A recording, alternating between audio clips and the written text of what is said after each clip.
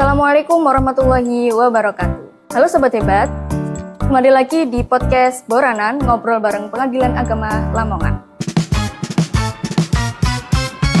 Bersama saya Nabila Intan, dan narasumber kita pada pagi hari ini sangat spesial, yaitu Bapak Dr. Andes Haji Tommy Asram, SHMHI. Selamat pagi Bapak. Ya, selamat. Pada pagi hari ini saya akan mengajukan 2 pertanyaan singkat terkait nafkah.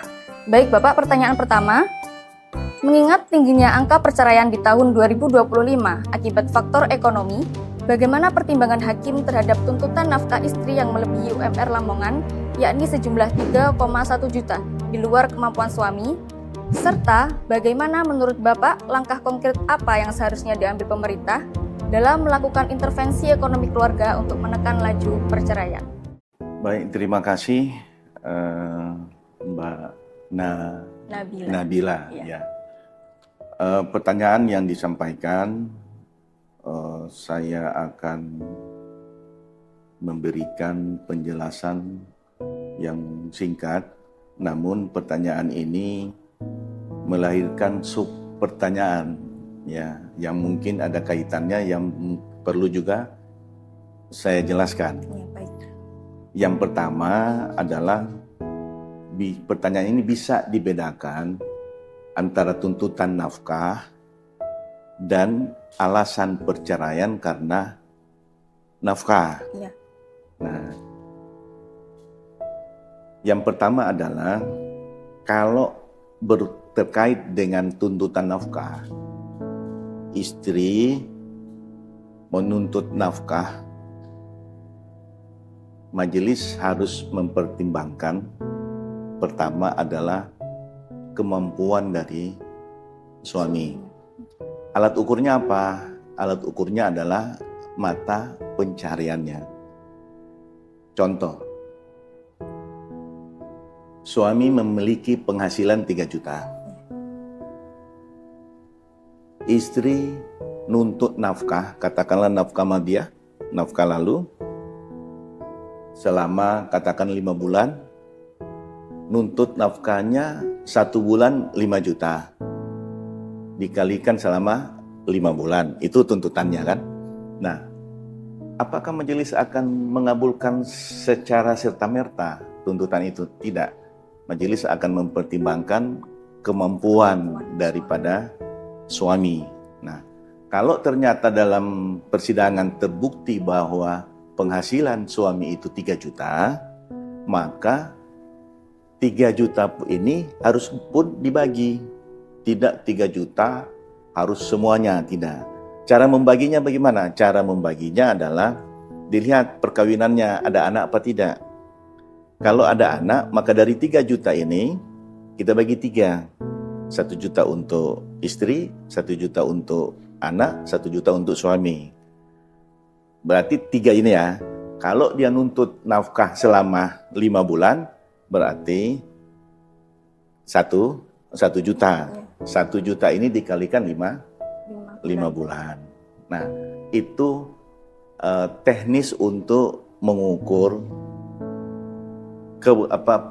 tuntutan dari istri terhadap nafkah. Itu kalau nafkah madiah. Kalau nafkah anak bagaimana? Nafkah anak juga tata caranya ya seperti itu. Cara menghitungnya. Nah, nafkah anak yang ke depan. Nafkah anak berkelanjutan sampai anak itu mandiri atau umur 21 tahun. Itu yang pertama. Yang kedua, terkait nafkah sebagai alasan perceraian. Ya, mungkin yang pertanyaan ini yang dimaksudkan salah satunya adalah istri mengajukan cerai dengan alasan nafkah bahwa suami tidak mampu. Nah, itu alasan istri, ya. Alasan itu sebagai faktor penyebab terjadinya perceraian. Sepanjang terbukti substansi rumah tangganya terjadi pertengkaran, maka faktor akibat perceraian itu tidak mutlak harus satu kumulasi bahwa alasan ini dikabulkan atau tidak. Tidak. Ini khusus untuk perceraian ya. Apabila terbukti ada bertengkar. Kenapa bertengkar? Oh, ternyata faktor ekonomi. Nah, pertengkaran ini menjadi utama untuk dipertimbangkan. Sehingga terbukti bahwa rumah tangganya itu bertengkar secara terus-menerus yang sulit untuk dirukunkan kembali. Adapun faktor penyebabnya bukan hal mutlak untuk menjadi penghalang perceraian. Nah, itu yang kedua. Yang ketiga, langkah apa? Langkah konkret ya. Kalau kita di pengadilan ini kan yudikatif. Nah, langkah konkret untuk mungkin kalau pemerintah intervensi juga sih tidak. Memang tugas pemerintah itu kan. Pemerintah bertugas untuk mensejahterakan rakyatnya. Nah, sekarang ini justru rakyat tidak sejahtera mengakibatkan tingginya angka perceraian. Lalu apa yang harus dilakukan oleh pemerintah? Ya, pemerintah harus buat tindakan-tindakan konkret untuk dekat dengan masyarakat, untuk produktif masyarakat itu dibina oleh pemerintah, kemudian diberikan bukan berikan macam sekarang ini, mohon maaf, kasih makan MBG. Nah, itu tidak produktif kan? Tapi kalau dibuka lapangan kerja, mereka dapat penghasilan yang layak, ya otomatis ada penghasilan yang layak, otomatis tidak berpengaruh kepada problema rumah tangga. Nah, lalu tugas apa? Kita hanya yudikatif itu ya paling tidak seperti ini, memberikan saran kepada pihak pemerintah agar pengembangan ekonomi itu harus lebih dekat, lebih konkret kepada masyarakat. Hanya sebatas itu. Kalau kita masuk ke sana kan bukan ranahnya kita. Kemudian yang paling terakhir adalah kembali ke pertanyaan tadi. Saya lupa tadi menyampaikan bahwa hitungan-hitungan yang nafkah itu juga ada petunjuk meskipun secara kontekstual